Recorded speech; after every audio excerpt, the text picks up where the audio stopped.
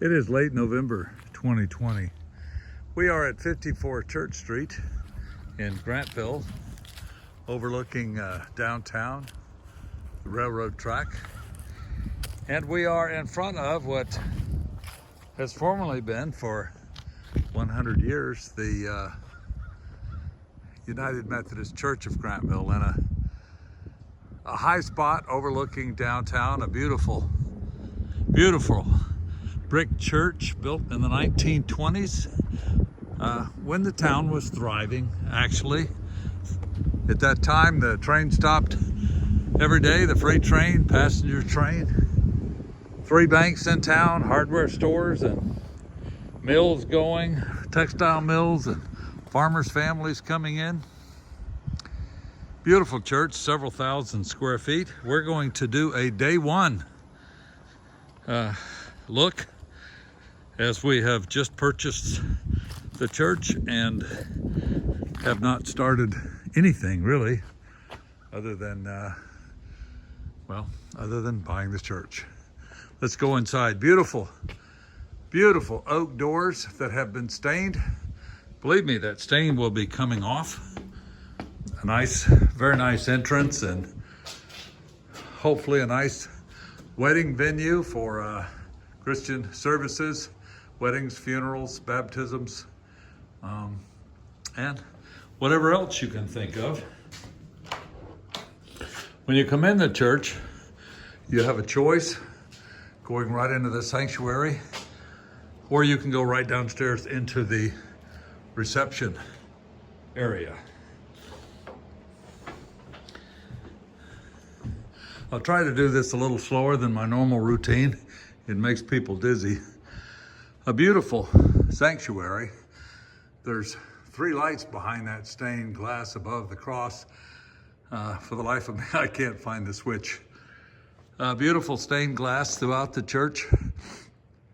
It has been well maintained throughout the years, as it served countless families in the city of Grantville and surrounding area. The church is 100% complete, right down to hymnals and seat cushions. And let's start upstairs with the balcony. Beautiful stained glass that you can see overlooking downtown. The outsides have been protected from possible damage.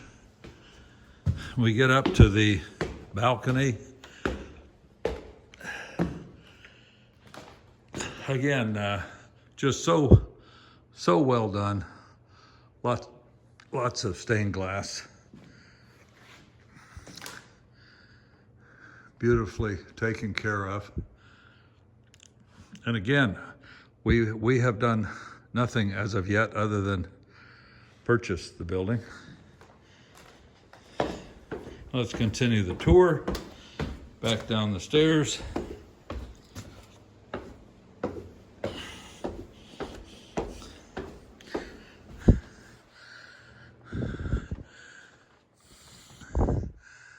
Now, on the back of the sanctuary, there's 2 large rooms with stained glass. They've been using, this one has been used for storage. Beautiful brick, beautiful construction. Inside and out, I have no idea how thick these walls are, but I can tell you from previous experience, what they did in the 1920s was, well, meant to be in excellent condition 100 years later, and it is.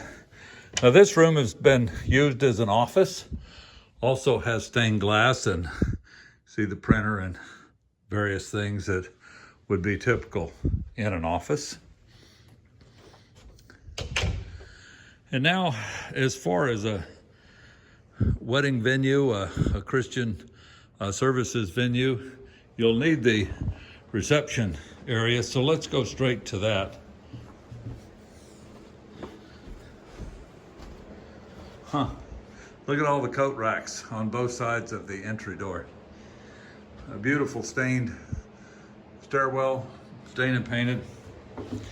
Both sides come down to the a small vestibule here as you go into the reception area, just some storage underneath the stairs. Here is the reception area.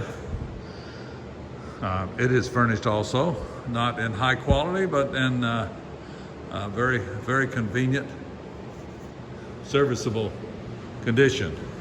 On the back of the reception area, another storage area with extra chairs and various things that the church found necessary to have available.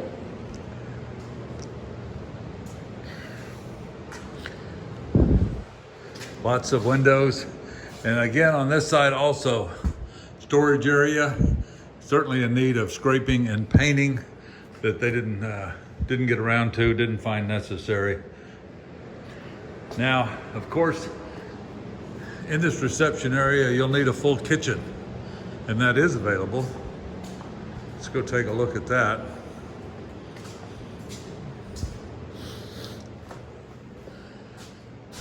Plenty of counter space, cooking space, preparation space on both sides. Large refrigerator, freezer, a professional Vulcan stove with a proper vent, and 6 burners, and also a flat grill. More preparation storage space, a dishwasher, an exit. You can see the air conditioners outside. There's another one next to that one. But in the basement, they've used window units, as you can see.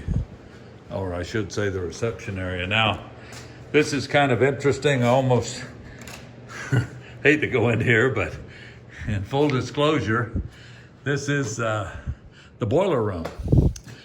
And what you know about boilers is, if you know anything, you probably know more than me, but it is quite elaborate, something we'll learn about so we can heat the upstairs. It's all, every valve is turned off. Every valve I can see has been turned off. And this would have to be started up by an expert. More storage here, washing machine, but not much else. And that is the boiler room. Just thousands of square feet in this building. Slate roof, by the way, that was put on 3 years ago. I watched them do it, and also I saw it in the court records, county records. Large room here in the reception area where you could use that for privacy. A bathroom, I imagine the bathroom's just a half bath, and it is a half bath. And then another large room. Obviously, this was the nursery. Lots of windows. Okay, let's go back up. You know, I really didn't present the altar as I should, so we're going to go back in the sanctuary. We're now on the level of the sanctuary.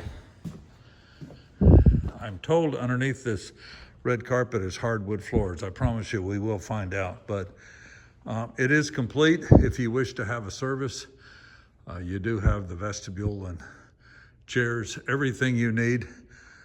I'm guessing one of those is an organ, but believe me, my area of expertise, guessing, is all I'm doing.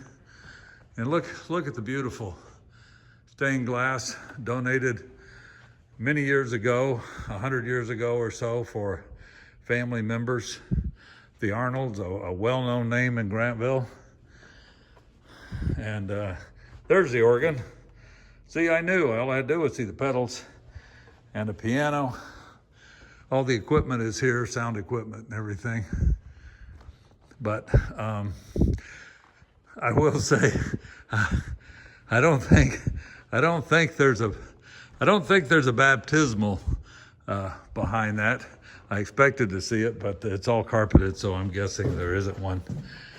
And then here's the back door entrance, coming in from the back, and a second bathroom that I'm sure is also a half bath, and it is. Another large room with a piano, chalkboard, classroom at one time. And storage, more storage area here. We do have the equipment, the sound equipment is in here, and I have no idea how to operate it, but that is what it is. And now we've seen everything but the upstairs. Let's go upstairs. We're gonna find more classrooms, if you will, large rooms, more storage. This has been let go, if you will. Needs scraping and painting, and it's like a nursery again. Another nursery up on this third floor. We're on the third floor, if you count the basement as a floor. Another piano, another large room for use as needed. More power here. Okay, we're going to go outside and walk around. We've certainly had a fair tour of the inside. It is late November 2020, and again, we have not started any cleanup or renovation.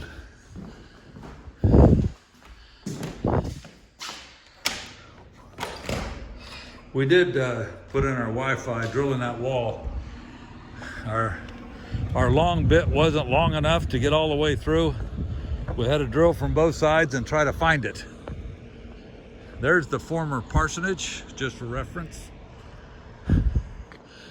Please note the slate roof and the construction, the quality of the brickwork outside here. Survey, we have a survey.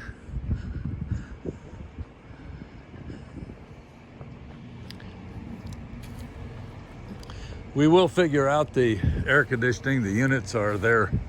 The units are here behind this fence.